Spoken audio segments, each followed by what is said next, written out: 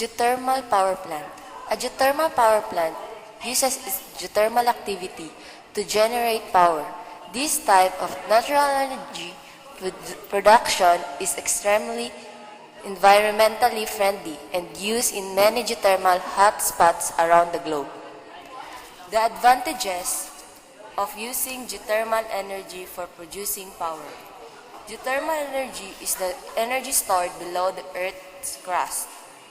Due to heat below the Earth's crust, water gets heated and also sometimes gets converted into steam. This hot water and steam can be used for generating electricity. Here are the advantages of using geothermal energy for producing electricity. First, no fuel is required. The thermal and nuclear power plants use fossil and nuclear fuels respectively to heat water and generate steam for production of electricity. The use of geothermal power plant readily available hot water from the geothermal reservoir, so no fuel is required. Second, clean source of power. The fossils used in conventional thermal power plants produce lots of toxic gases and particulate matter polluting the surrounding atmosphere. Electricity can be produced from geothermal reservoir without creating any air pollution. Third, less area is required.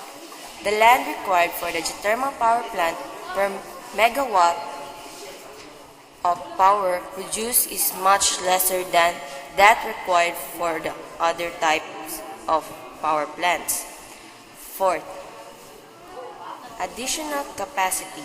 The geothermal power plants are very flexible and adding additional capacity for producing more power due to higher demands is quite feasible and affordable.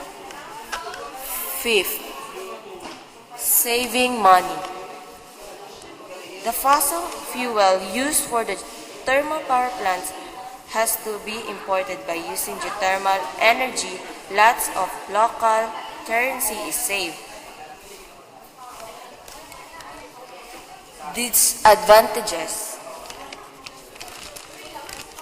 First, the location must offer geothermal activity close by.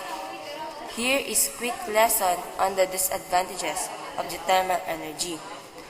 Do you see any lava flows or steam vents? Probably not. This is a picture of Amelia Island where I live. There is no volcanic activity anywhere near this area.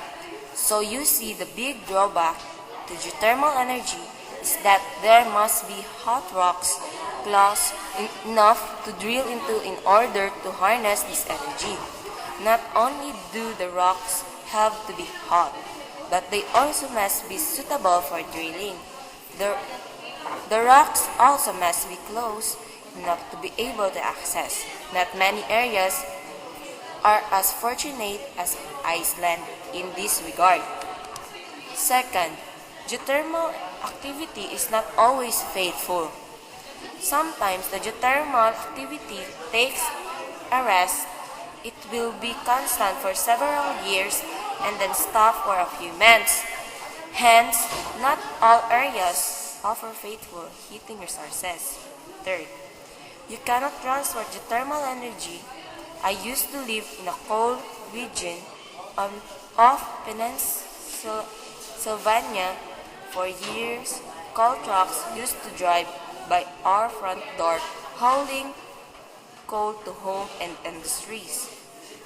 Coal cars a mile long along the railroad tracks were oftentimes filled with king coal to be shipped to the reading foundry. Can't do that with geothermal energy. It is only good where it is at. So the steam is utilized to run the generators to produce electricity. Another big one in the discussion of the disadvantages of geothermal energy.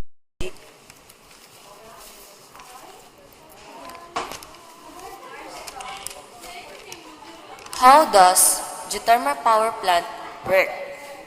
Geothermal energy, the upper layer of Earth is called the crust. It is only a few miles thick and floats on a giant pool of liquid rock called the mantle. Over years, water can seep down deep below the surface of the Earth. When this water comes into contact with magma welling up from the mantle, it heats to extremely high temperatures. Geothermal power plant use this hot water to produce electricity.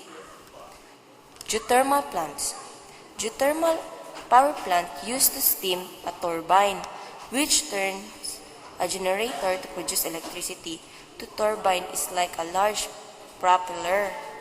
When the steam flows through it, it creates lift along the edge of the blades. Spinning the turbine is attached to an electric generator, which is basically a spinning magnet surrounded by coils of wire. When the magnet spins, its magnetic field moves through the wire. This creates a moving electric current in the wire called alternating current or AC.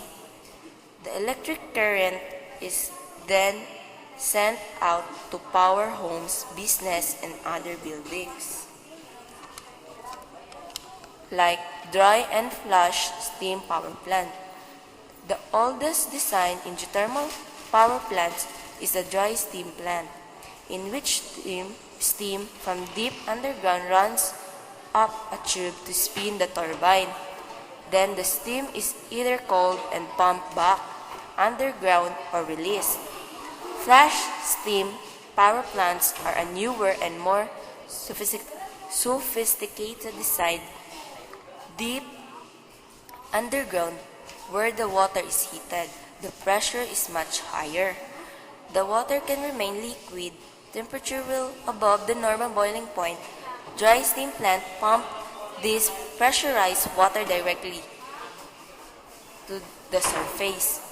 Right before it gets to the turbine, however, the pressure is reduced. The superheated water instantly turns to steam, creating a huge burst of pressure to drive the turbine. The water is then cooled and sent back into the ground to start the process over again. Binary plants. In binary plants, the subterranean water doesn't actually drive the turbines. It is pressurized and pumped up through a tube, as in a flash steam plant, to where it meets a secondary tube. The secondary tube also has water in it, but at a lower pressure. Heat from the first tube flows into the second tube, boiling the water to drive the turbine. The water in the first is then pumped back down into the earth to gather more heat.